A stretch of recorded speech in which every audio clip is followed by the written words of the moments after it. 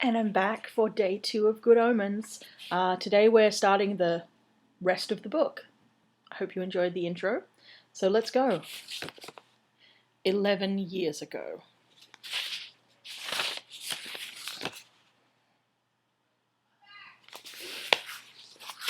Current theories on the creation of the universe state that if it were created at all, and didn't just start, as it were, unofficially, it came into being between 10 and 20,000 million years ago.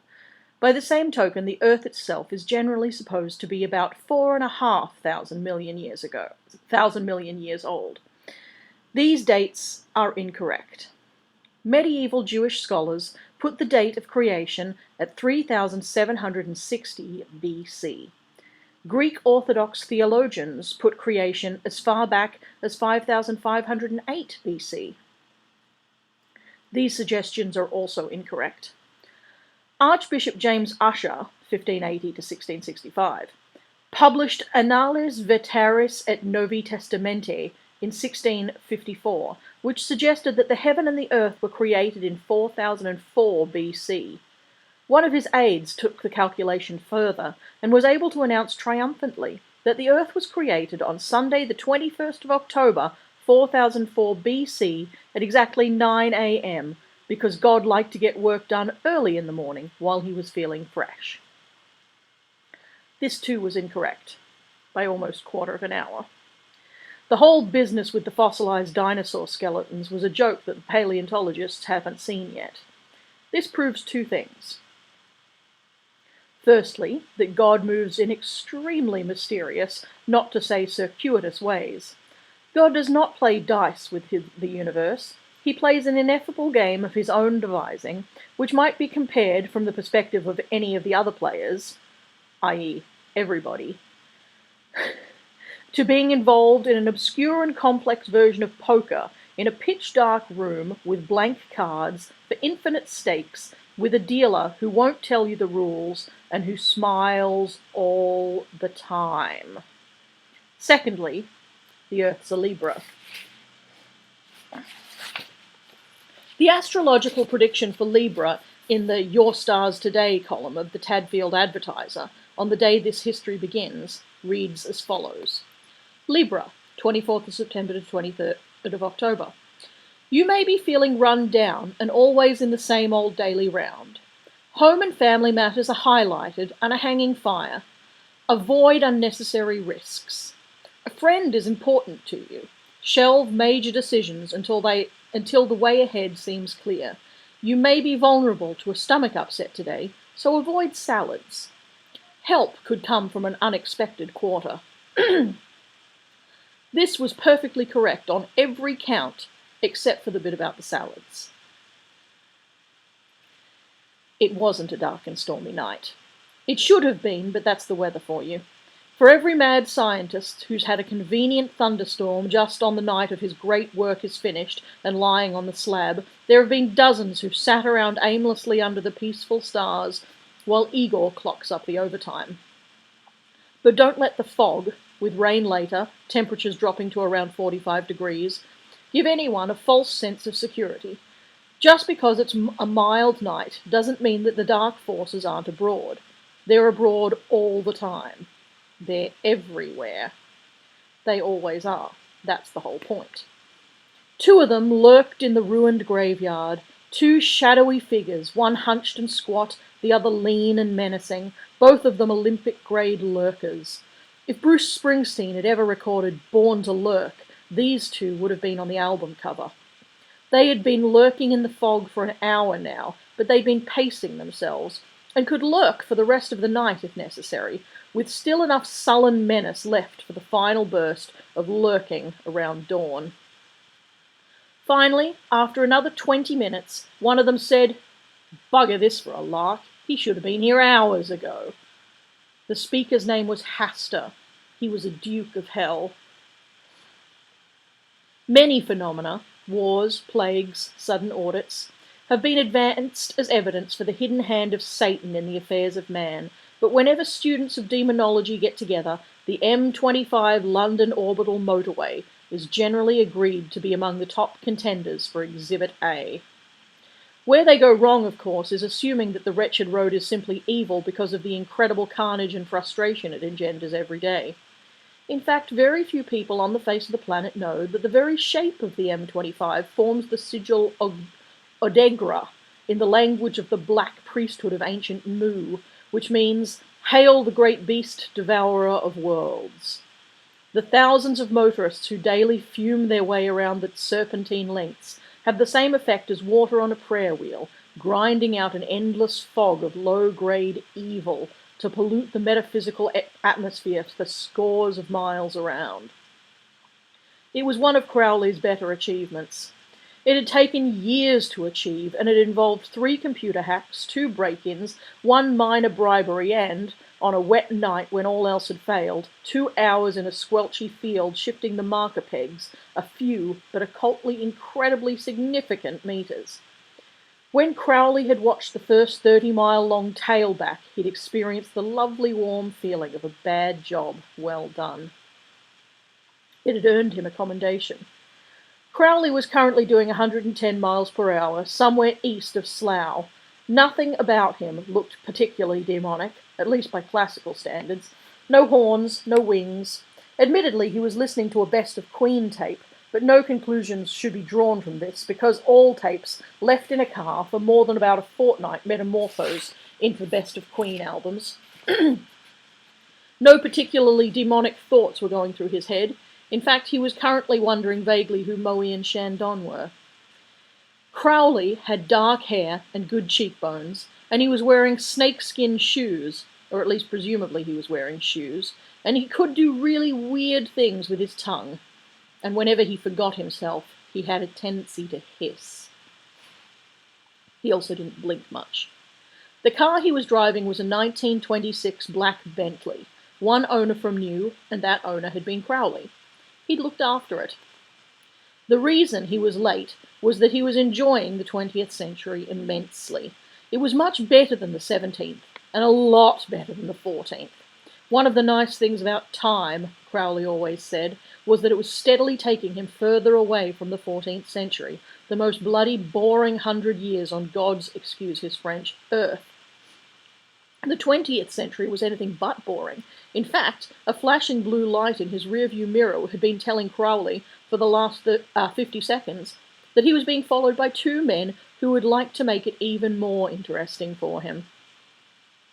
He glanced at his watch, which was designed for the kind of rich deep-sea diver who likes to know what the time is in 21 world capitals while he's down there. Footnote.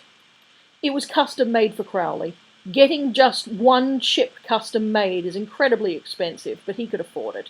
This watch gave the time in 20 world capitals, and in another capital city, in another place, where it's always one time, and that time was too late. The Bentley thundered up the exit ramp, took the corner on 2 wheels, and plunged down a leafy road. The blue light followed. Crowley sighed, took one hand from the wheel, and half-turning, made a complicated gesture over his shoulder. The flashing light dimmed into the distance as the police car rolled to a halt, much to the amazement of its occupants. But it would be nothing to the amazement they'd experienced when they opened the bonnet and found out what the engine had turned into. In the graveyard, Hasta, the tall demon, passed a dog-end back to Ligur, the shorter one and more accomplished lurker. "I can see a light," he said. "Here he comes now, the flash bastard." "What's that he's driving?" said Ligur. "It's a car, a horseless carriage," explained Hasta. "I expect they didn't have 'em last time you was here, not for what you might call general use." "They had a man in the front with a red flag," said Ligur. "They've come on a bit since then, I reckon." "What's this Crowley like?" said Ligur. Hasta spat. "He's been up here too long," he said, "right from the start. Gone native, if you ask me. Drives a car with a telephone in it." Ligur pondered this. Like most demons, he had a very limited grasp of technology, and he was just about to say something like, "I bet it needs lots of wire," when the Bentley rolled to a halt at the cemetery gate. "And he wears sunglasses," sneered Hasta, "even when he don't need to." He raised his voice. "All hail Satan," he said. "All hail Satan," Ligger echoed. "Hi," said Crowley, giving them a little wave. "Sorry I'm late, but you know how it is on the A40 at Denham, and then I tried to cut up towards Chorley Wood, and then..." Sorry, just making sure we're still recording. We are. "Now we aren't all here," said Hasta meaningfully, "we must recount the deeds of the day." "Yeah, deeds," said Crowley, with the slightly guilty look of one who is attending church for the first time in years and has forgotten which bits you stand up for. Hasta cleared his throat. "I have tempted a priest," he said. As he walked down the street and saw the pretty girls in the sun, I put doubt into his mind. He would have been a saint, but within a decade we shall have him. "Nice one," said Crowley, helpfully. "I have corrupted a politician," said Ligger. "I let him think a tiny bribe would not hurt. Within a year we shall have him." They both looked expectantly at Crowley, who gave them a big smile. "You'll like this," he said. His smile became even wider and more conspiratorial. "I tied up every portable telephone system in central London for 45 minutes at lunchtime," he said. There was a silence, except for the distant swishing of cars. "Yes," said Hasta. "And then what?" "Look, it wasn't easy," said Crowley. "That's all," said Ligger. "Look, people." "And exactly what has that done to secure souls for our master?" said Hasta. Crowley pulled himself together. What could he tell them? That 20,000 people got bloody furious? That you could hear the arteries clanging shut all across the city? And that then they went back and took it out on their secretaries or traffic wardens or whatever, and then they took it out on other people? In all kinds of vindictive little ways which, and here was the good part, they thought up themselves. For the rest of the day, the knock-on effects were incalculable. Thousands and thousands of souls all got a faint patina of tarnish, and you hardly had to lift a finger. But you couldn't tell that to demons like Hasta and Ligger. 14th century minds, the lot of them, spending years picking away at one soul. Admittedly, it was craftsmanship, but you had to think differently these days. Not big, but wide. With 5 billion people in the world, you couldn't pick the buggers off one by one anymore, and you had to spread your effort. But demons like Ligger and Hasta wouldn't understand.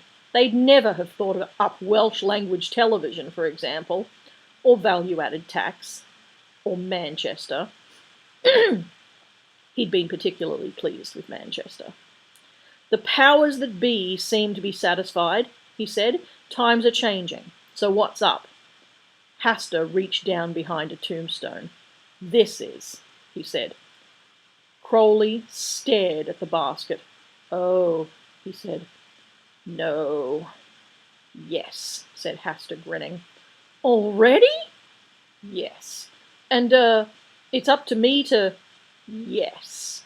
Hasta was enjoying this. "Why me?" said Crowley desperately. "You know me, Hasta. This isn't, my scene." "Oh, it is, said Hasta. "Your scene, your starring role. Take it. Times are changing." "Yeah," said Ligger, grinning. "They're coming to an end for a start." "Why me?" "You are obviously highly favoured," said Hasta maliciously. "I imagine Ligger here would give his right arm for a chance like this." "That's right," said Ligger. "Someone's right arm anyway," he thought. There were plenty of right arms around. No sense in wasting a good one. Hasta produced a clipboard from a grubby recess of his Mac. "Here, sign," he said, and leaving a terrible pause between the words. Crowley fumbled vaguely in an inside pocket and produced a pen. It was sleek and matte black. It looked as though it could exceed the speed limit. "It's a nice pen," said Ligger. "It can write underwater," Crowley muttered. "Whatever will they think of next?" mused Ligger. "Whatever it is, they better think of it quickly," said Hasta. "No, not A.J. Crowley, your real name."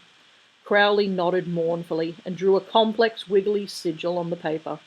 It glowed redly in the gloom just for a moment and then faded. "What am I supposed to do with it?" he said. "You will receive instructions." Hasta scowled. "Why so worried, Crowley? The moment we've been working for all these centuries is at hand." "Yeah, right," said Crowley. He did not look, now, like the lithe figure that had sprung so lithely from the Bentley a few minutes ago. He had a hunted expression. "Our moment of eternal triumph awaits." "Eternal, yeah," said Crowley. "And you'll be a tool in that glorious destiny." "Tool, yeah,"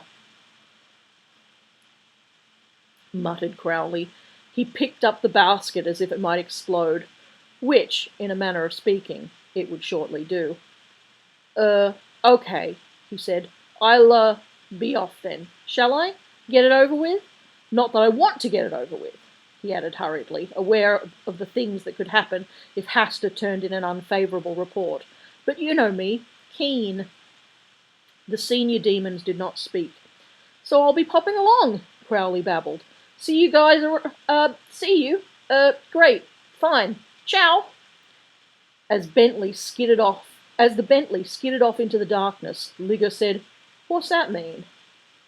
"It's Italian," said Hasta. "I think it means food." "Funny thing to say, then." Liga stared at the retreating tail lights. "You trust him?" he said. "No," said Hasta. "Right," said Liga. "That'd be a funny old world," he reflected, if demons went around trusting one another. Crowley, somewhat west of Amersham, hurtled through the night, snatched a tape at random, and tried to wrestle it out of its brittle plastic box while staying on the road. The glare of the headlight proclaimed it to be Vivaldi's Four Seasons. Soothing music, that's what he needed. He rammed it into the Blaupunkt. "Oh shit, oh shit, oh shit, oh shit, oh shit! Why now? Why me?" he muttered, as the familiar strains of Queen washed over him. And suddenly Freddie Mercury was speaking to him. "Because you've earned it, Crowley." Crowley blessed under his breath. Using electronics as a means of communication had been his idea, and Below had, for once, taken it up and, as usual, got it dead wrong. He'd hoped they would be persuaded to subscribe to Cellnet, but instead they just cut in whenever it happened to be cut into whatever it happened to be that he was listening to at that time and twisted it. Crowley gulped. "Thank you very much, Lord," he said. "We have great faith in you, Crowley." "Thank you, Lord." "This is important, Crowley." I know. "This is the big one, Crowley." "Leave it to me, Lord." "That is what we are doing, Crowley, and if it goes wrong, then those involved will suffer greatly. Even you, Crowley, especially you." "Understood, Lord." "Here are your instructions, Crowley." And suddenly he knew. He hated that. They could just as easily have told him, and they didn't suddenly have to drop the chilly knowledge straight into his brain. He had to drive to a certain hospital. "I'll be there in 5 minutes, Lord, no problem." "Good. I see a little silhouette of a man. Scaramouche, Scaramouche, will you do the fandango?" Crowley thumped the wheel. Everything had been going so well. He'd had it really under his thumb these few centuries. That's how it goes. You think you're on top of the world, and suddenly they spring Armageddon on you. The Great War, the last battle, heaven versus hell, 3 rounds, 1 fall, no submission, and that'd be that. No more world. That's what the end of the world meant.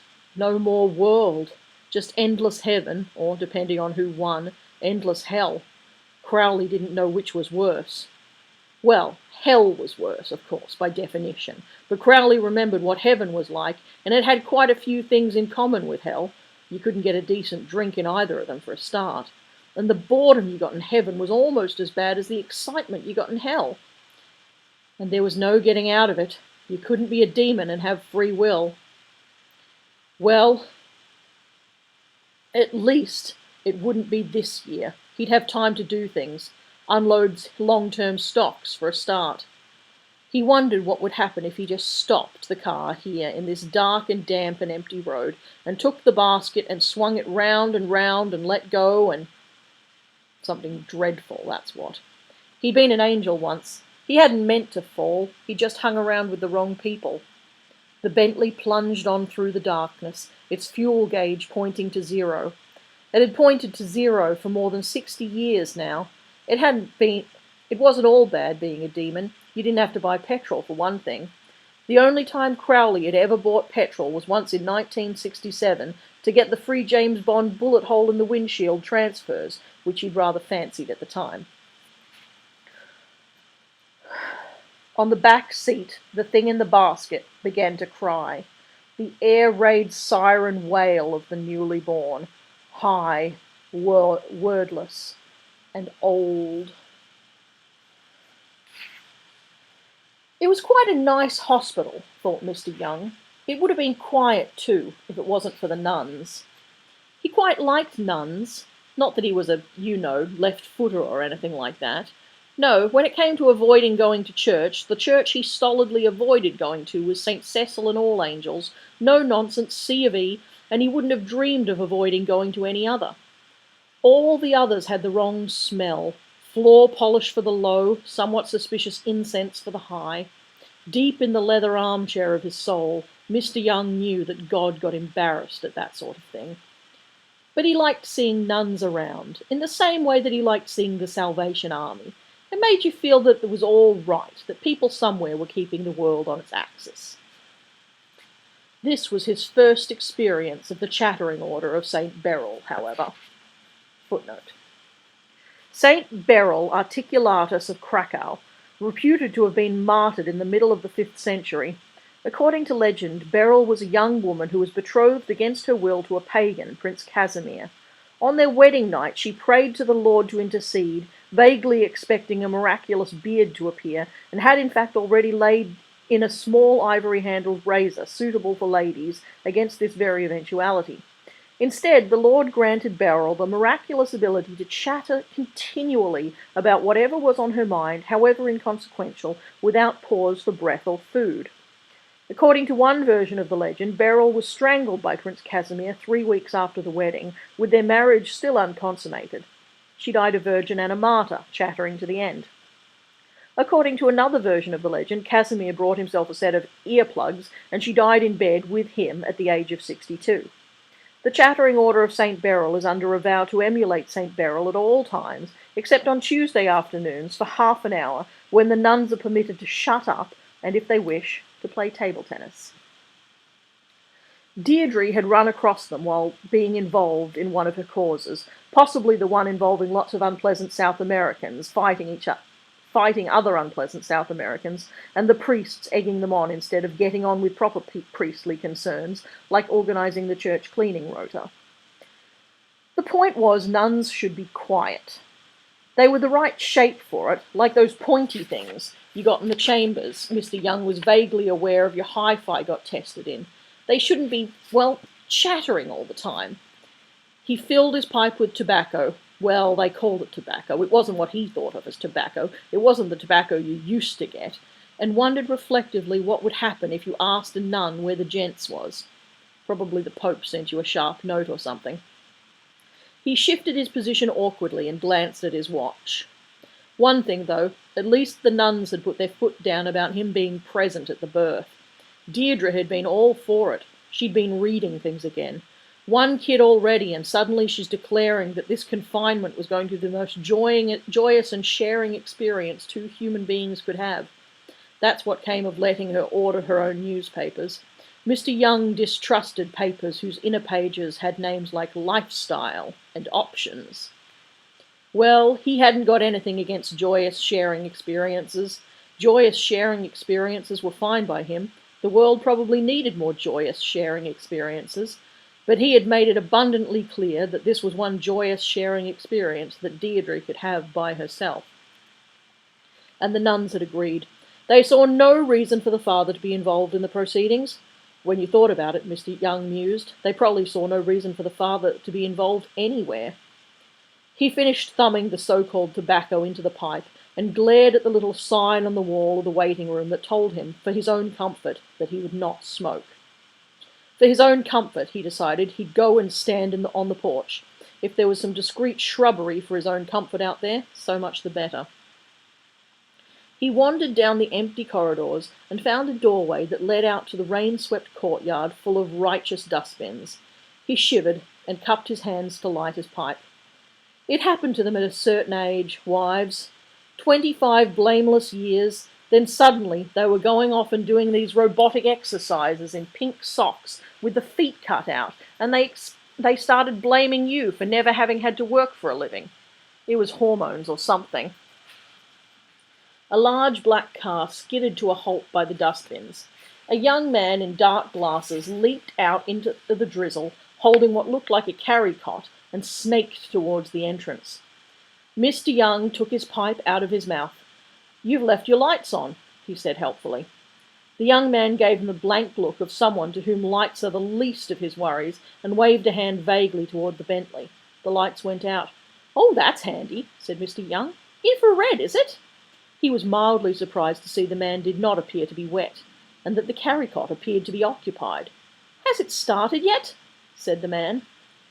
Mr. Young felt vaguely proud to be so instantly recognizable as a parent. "Yes," he said, "they made me go out," he added thankfully. "Already? Any idea how long we've got?" "We," Mr. Young noted, obviously a doctor with views about co-parenting. "I think we were getting on with it," said Mr. Young. "What room is she in?" said the man hurriedly. "We're in room 3, said Mr. Young. He patted his pockets and found the battered packet which, in accord with tradition, he had brought with him. "Would we care to share a joyous cigar experience?" he said. But the man had gone.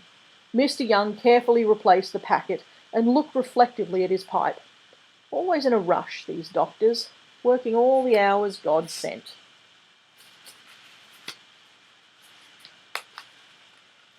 Okay, that's all we have for today. See you again tomorrow to find out what happens with Armageddon.